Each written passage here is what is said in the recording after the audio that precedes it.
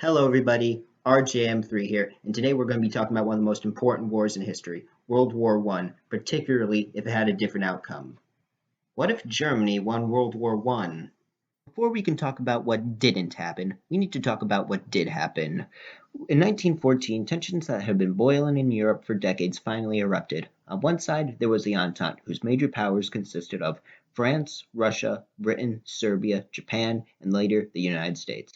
On the other side, there was the Central Powers, which consisted of Germany, Austria-Hungary, Bulgaria, and the Ottoman Empire. The event that triggered the war was on June 28, 1914, when Bosnian pan-Serbian nationalist Gavrilo Princip shot Archduke Franz Ferdinand of Austria-Hungary.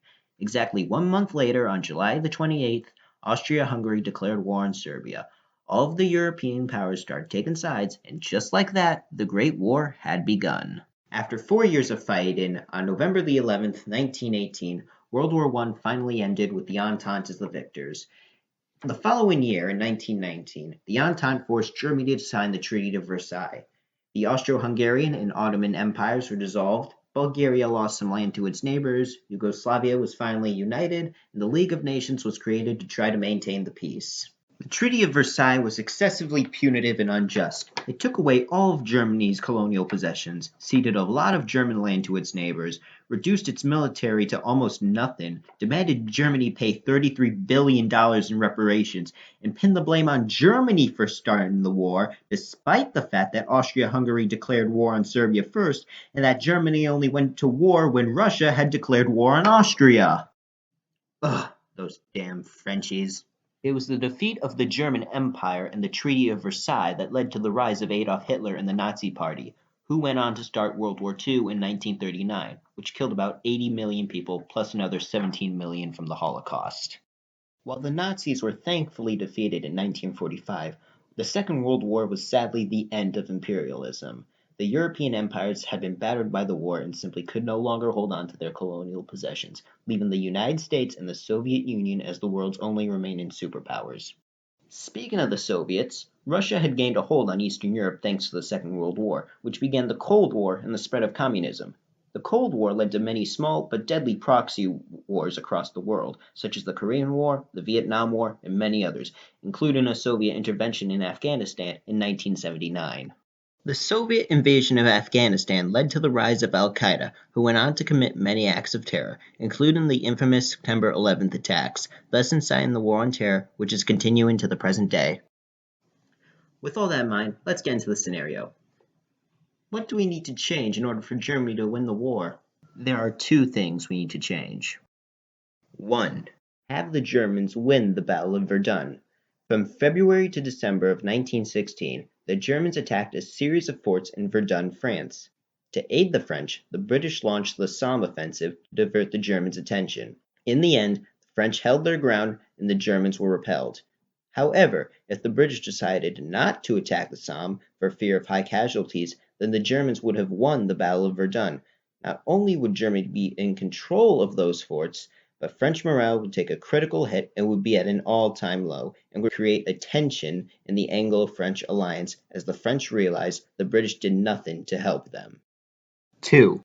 Keep the United States out of the war. There were two things that brought the US into the war in our timeline: Germany resuming unrestricted submarine warfare, and the Zimmermann telegram. In 1915, after the sinking of the Lusitania, the Germans promised the US that they would cease submarine warfare to keep them from intervening. But by 1917, the Germans were getting desperate and resumed unrestricted submarine warfare. In fact, the Germans were actually convinced the US was about to join the war anyway. So German Foreign Secretary Arthur Zimmermann sent a telegram to Mexico asking the Mexicans to attack the United States to distract them from the war in Europe. However, the plan backfired when the British intercepted the telegram and it showed it to the Americans. This prompted the US to finally get involved in the war. To add insult to injury, when the Mexicans did get the memo, they declined. But if the Germans decided not to antagonize the United States in 1917, America would stay out of the war. So with Verdun in German hands and America staying neutral, what happens next? April 1917. With the loss of Verdun a year earlier, no American entry into the war, and the recent failure of the Nivelle offensive, French divisions across the Western Front began to mutiny, completely disabling France's offensive capabilities. In our timeline, the Germans failed to discover the French mutinies of 1917 and failed to take advantage of it, but in this alternate timeline, the mutinies would be big enough for the Germans to notice it. Sometime within the following months, the Germans would launch a major offensive on the French lines and capture Paris. With the fall of the capital and the nation on the brink of civil war, France surrenders. A few months later, the October Revolution would break out in Russia, just like in our timeline, and the new Soviet government would sue for peace. With France and Russia out of the war, Britain and all of the other remaining Entente nations realized the war is lost. In late 1917 or early 1918, the Entente requests an armistice, and the war comes to an end. So with the war over, how did the Germans handle the peace talks? Well, a year before the war ended in our timeline, the Germans had the Russians sign the Brest-Litovsk Treaty, which gave the Germans puppets in Poland, the Baltics, Belarus, and Ukraine, and the Ottomans annexed the Caucasus region. In Western Europe, the Germans would have annexed a good chunk of Belgium and would have puppeted the rest, and would have given Calais and northern France to the Belgian puppet states. And the Maginot Line in France would be deconstructed, and all the French regions near the German border would have been made into a demilitarized zone. Sounds familiar. In the Balkans, the Bulgarians would have annexed parts of Romania and Greece, and along with the Austrians would have consumed Serbia. Now, outside of Europe, the Germans had some rather, well, ambitious ideas. In Africa, the Germans wanted to connect all their pre-existing African colonies by taking all the other European colonies in between them in the middle portion of Africa.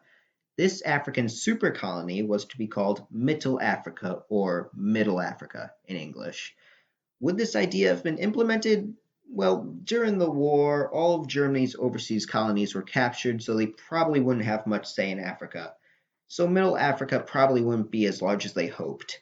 They'd probably get the Belgian Congo, French Congo, and British Northern Rhodesia, but that's about it. Finally, we arrive in Asia. It's pretty simple here.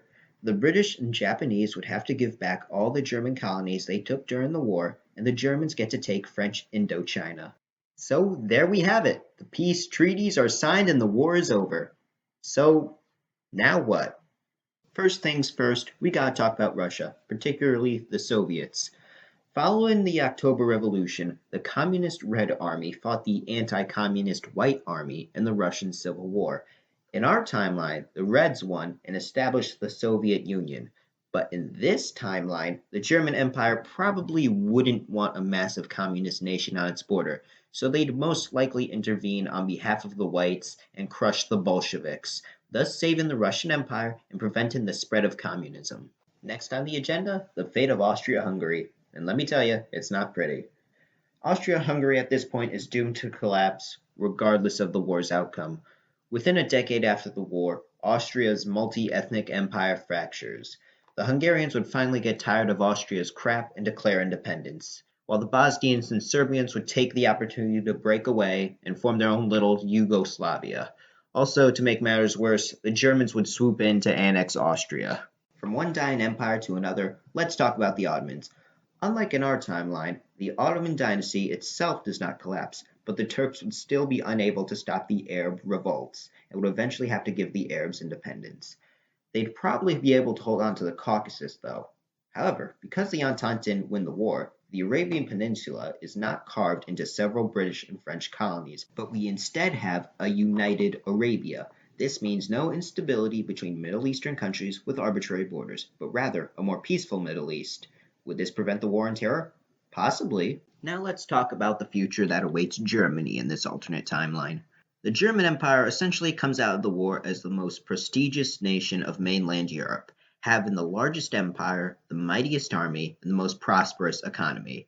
I am mentioning this because it was Germany's bitter defeat and the decimated economy in our timeline that led to Hitler's rise to power.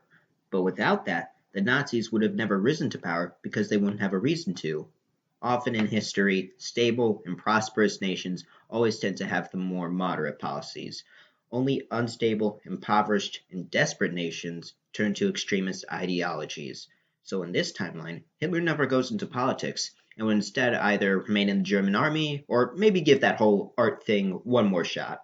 Now you might be wondering, but RJM3, what about the former Entente?